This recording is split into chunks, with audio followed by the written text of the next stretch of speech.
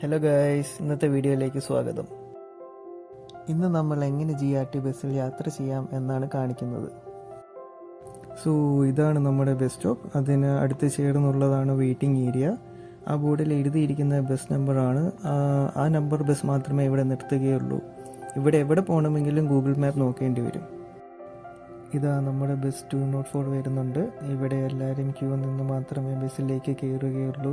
നമ്മുടെ നാട്ടിലെ പോലെ തിക്കും തിരക്കും ഒന്നും ഉണ്ടാക്കാറില്ല. ബസ്സിൽ നമ്മൾ കയറുമ്പോൾ നമ്മുടെ എമൗണ്ട് ലോഡ് ചെയ്ത കോളേജ് ID അല്ലെങ്കിൽ GRT കാർഡോ ടാപ്പ് ചെയ്തിട്ട് നമുക്ക് ബസ്സിൽ കയറാൻ പറ്റുകയുള്ളൂ. ഓരോ സ്റ്റോപ്പ് കഴിയുമ്പോഴും ആ സ്റ്റോപ്പിൻ്റെ പേര് അവിടെ ഡിസ്പ്ലേയിൽ എഴുതി കാണിക്കും. ബസ് നിർത്താൻ വേണ്ടി സൈഡിലുള്ള ഈ യെല്ലോ സ്ട്രിങ് പുൾ ചെയ്താൽ മതി. അപ്പോൾ സ്റ്റോപ്പ് റിക്വസ്റ്റ് ഡിസ്പ്ലേ ആകുന്നതാണ്. ഇതാണ് നമ്മുടെ GRT ടേം സർവീസ്. ട്രാമിൽ കയറാൻ കോളേജ് ID GRT കാർഡോ അവിടെയുള്ള മെഷീനുകൾ ടാപ്പ് ചെയ്ത് കയറാവുന്നതാണ്. പിന്നെ ഇവിടുത്തെയുള്ള എല്ലാ സിറ്റീസിലേക്കും ട്രാം സർവീസ് അവൈലബിൾ ആണ്.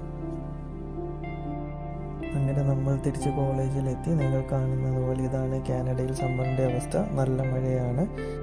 എല്ലാവർക്കും വീഡിയോ ഇഷ്ടമായെന്ന് വിശ്വസിക്കുന്നു. എല്ലാവരും വീഡിയോ ലൈക്ക് ചെയ്ത് ചാനലൊന്ന് സപ്പോർട്ട് ചെയ്യണം. താങ്ക്